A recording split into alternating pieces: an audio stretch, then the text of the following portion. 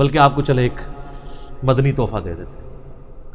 سیدہ ام ہانی تھی، آپ کو پتہ ہے نبی صلی اللہ علیہ وآلہ وسلم کی کزن بھی تھی، لیکن سمجھ لیں ماں کی جگہ تھی، بوڑھی تھی، سیدنا علی کی بڑی بہن. تو نبی علیہ السلام کے پاس کبھی جایا کرتے تھے ملنے کے لیے، بڑی بہن بھی تھی اور ایک ماں کی جگہ بھی. ایک دن نبی صلی اللہ علیہ وآلہ وسلم ان کے گھر گئے تو انہوں نے کہا اے اللہ کے رسول صلی اللہ علیہ وآلہ وسلم، میں بہت بوڑھی ہو چکی ہوں. یہ حدیث آپ کو صحیح سند کے ساتھ سنن نسائی الکبریٰ کے اندر مل جائے گی. ہم نے اس حدیث کو اپنے بلو کارڈ کے اوپر بھی نا باقاعدہ اس کا حوالہ دیا ہے، صبح و شام کے اذکار والے میں. سنن نسائی الکبریٰ میں 10,680 ہے، 10680. ترمذی میں بھی ایک اس کی سند ہے، وہ ضعیف ہے. سنن نسائی الکبریٰ والی روایت جو ہے وہ بالکل صحیح ہے. انہوں نے کہا کہ اے اللہ کے محبوب صلی اللہ علیہ وآلہ وسلم، مجھے کوئی نا آسان سا وظیفہ بتا دیں، مجھ سے لمبے چوڑے وظیفے نہیں ہوتے. تو سر ہمارے لیے بھی ذرا کان کھڑے ہونے چاہیے ہمارے بھی، کہ آسان سا وظیفہ جس سے میں بہت زیادہ ثواب سمیٹ. تو آپ صلی اللہ علیہ وآلہ وسلم نے زبردست وظیفہ دیا اور میں نے بلو کارڈ میں اس کو ڈالا. آپ صلی اللہ علیہ وآلہ وسلم نے فرمایا روزانہ 100 دفعہ سبحان اللہ پڑھ لیا، تمہیں اللہ کی راہ میں 100 غلام آزاد کرنے کا ثواب مل جائے گا. اللہ اکبر کبیرہ. 100 غلام. سر ایک روزہ اگر آپ توڑ دیں ازدواجی تعلق سے تو بخاری مسلم میں آتا ہے ایک غلام آزاد کریں، یا 60 روزے رکھیں، یا 60 مسکینوں کو کھانا کھلائیں. یعنی اگر آپ وہ روزہ نہیں رکھ سکتے تو 60 روزوں اور 60 مسکینوں کو کھانا کھلانے کے برابر ایک غلام آزاد کرنا ہے. تو 100 غلام آزاد کرنے کا ثواب کدھر تک بات جاتی ہے سر. اچھا پھر کہا کہ 100 دفعہ پڑھ لیا کرو الحمدللہ. تمہیں 100 گھوڑے اللہ کی راہ میں جہاد کے لیے روانہ کرنے کا ثواب مل جائے. 100 گھوڑے اور 100 دفعہ پڑھ لیا کرو اللہ اکبر. تمہیں 100 اونٹ اللہ کی راہ میں نحر کرنے کا ثواب مل جائے. 100 اونٹ نحر کرنے کا. اور پھر کہا کہ 100 دفعہ پڑھو لا الہ الا اللہ. یہ اتنا ثواب ہوگا کہ زمین و آسمان کے سارے گیپ کو فل کر دے گا. زمین سے آسمان تک ثواب ہی ثواب. سر لا الہ الا اللہ کا مقابلہ کون کر سکتا ہے؟ وہ حدیث بطاقہ یاد آ گئی مجھے جامعہ ترمذی کی.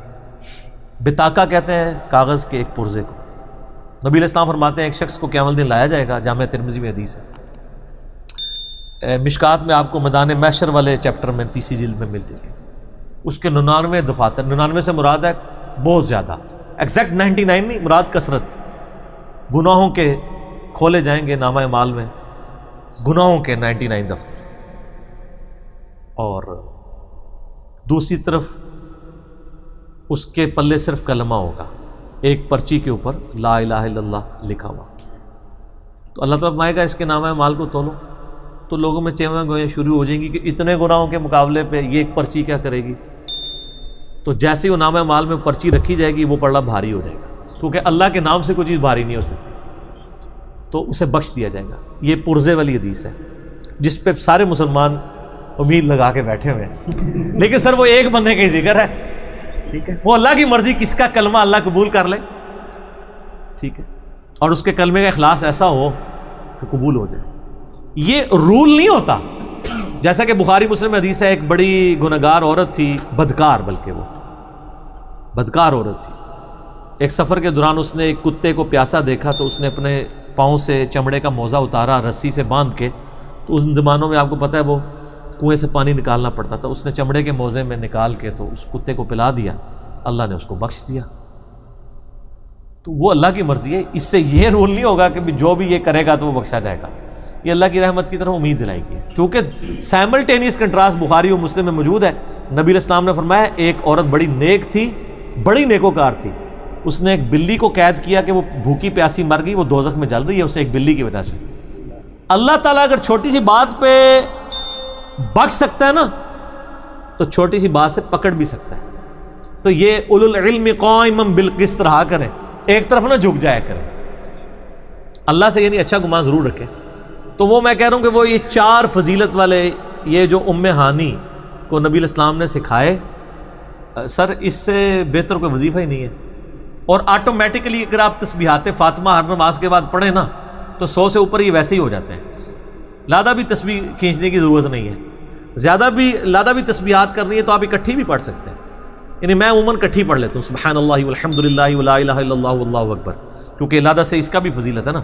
تو یہ چاروں کلمات اگر آپ پڑھ کے اس کی ایک تسبیح نکال لیں تو چاروں 100 دفعہ ہو جائیں گے، اس میں کور ہو جائیں گے، کیونکہ صحیح بخاری میں الفاظ ہیں اور مسلم میں کہ یہ جو 4 کلمات ہیں اللہ کو سب سے بڑھ کر محبوب ہیں، اور اس میں اللہ کی طرف سے یہ بھی قدغن نہیں کہ ان کو تم آگے پیچھے کر لو، نبی علیہ السلام کے فرمان ہے، آپ نے اوپن اجازت دی ہے، کوئی ملا کے پڑھ لے، الگ سے پڑھ لے، کسی بھی طریقے سے یہ کلمات 100 دفعہ پورے، یہ کوئی مشکل وظیفہ ہے یار؟